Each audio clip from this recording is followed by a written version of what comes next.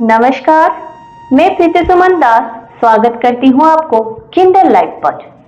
यह पॉडकास्ट में हम सुनते आ रहे हैं हमारे महान संतों के द्वारा लिखी गई पुस्तकों के विभिन्न अध्याय। आज की यह पॉडकास्ट पर हम सुनेंगे पुस्तक जीवन ज्योति, जो कि परम पूज्य स्वामी चिन्मयानंद जी के द्वारा लिखी गई है, उसका 10वां अध्याय। यह अध्याय का नाम है कर्म की यांत्रिकता। तो चलिए यह अध्याय में क्या है देखते हैं यह पॉडकास्ट पे।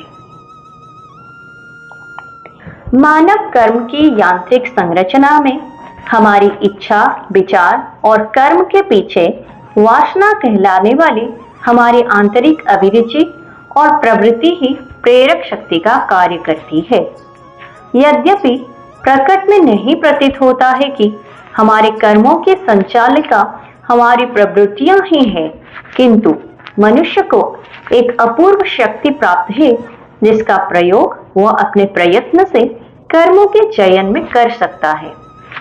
इस महान शक्ति का दीर्घकाल तक सतत प्रयोग करने से प्रत्येक मनुष्य की क्रमागत प्रवृत्तियों का निराकरण हो सकता है और वह पूर्णता के शिखर पर आरूढ़ हो सकता है। अपने कर्म की उत्पत्ति का कारण खोजने में मानव तंत्र का रोचक अध्ययन हो सकता है। व्यक्ति का किया हुआ प्रत्येक कर्म उसकी एक कामना को पूर्ण और तुष्ट करता है और उसकी कामना उसकी सूक्ष्म प्रवृत्तियों की स्थूल अभिव्यंजना है। अतः जिसकी प्रवृत्तियां परिकल्पनात्मक और बाजी लगाने की होती है, उसके मन में जुआ खेलने की इच्छा उठा करती है।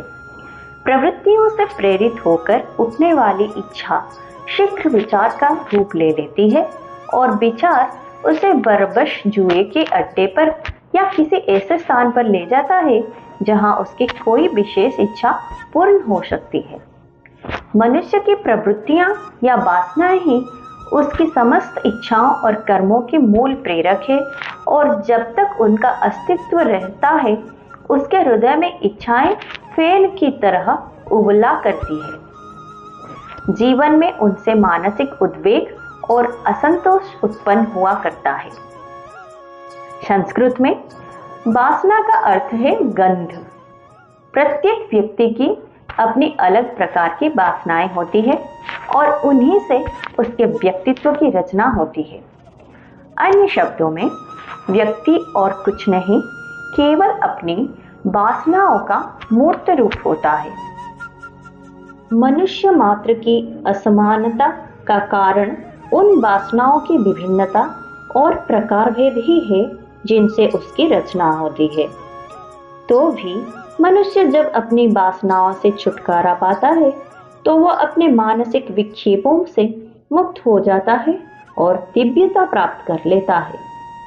इस विचार को मूर्ति के सामने कर्पूर की आरती के प्रतीक द्वारा बड़े सुंदर ढंग से व्यक्त किया जाता है। कर्पूर और कुछ नहीं, केवल घनीभूत गंध है। खुले रख देने पर वह यदि शुद्ध हुआ तो धीरे धीरे उड़कर समस्त वातावरण में गंध बनकर फैल जाता है। कर्पूर देवमूर्ति के सामने जलाया जाता है। जैसे ही वह जल जाता है, हमें भगवान के दर्शन होते हैं। ऐसे ही जब हमारी वासनाएं मिट जाती है और अपने अंदर का दिव्यत्व प्रकट होता है, हम अपने दिव्य स्वरूप का अनुभव करते हैं। कर्म के मूल का अध्ययन करने से ऐसा प्रतीत होता है कि मनुष्य को चयन की कोई स्वतंत्रता नहीं है। वह अपनी प्रवृत्तियों के अनुकूल कर्म करने के लिए बाध्य है। किंतु यह बात मानव जीवन के साथ सत्य नहीं है। पशु अपनी प्रवृत्तियों के शिकार अवश्य होते हैं, उन्हें चयन का अवसर नहीं है। उदाहरणार्थ, चीते की प्रवृत्ति आक्रमण करने और मार डालने की है, इसलिए उसकी इच्छा, विचार और कर्म उसी दिशा की ओर उन्मुख होते हैं। उसमें अपनी भीषण और घातक प्रकृति से विरत रहने का विवेक नहीं है। जैसे ग्रामोफोन रिकॉर्ड पर सुई की खूरच लगने से ही ध्वनि उत्पन्न होती है, वैसे ही वासनाओं से कामना और विचार उत्पन्न होते हैं। किंतु मनुष्य सृष्टि की सर्वोपरि रचना होने के कारण ऐसी अद्भुत शक्ति रखता है कि वह अपने अंदर उठने वाली इच्छाओं और भावनाओं से विरत रहकर सही कर्म करने का प्रयत्न कर सकता है।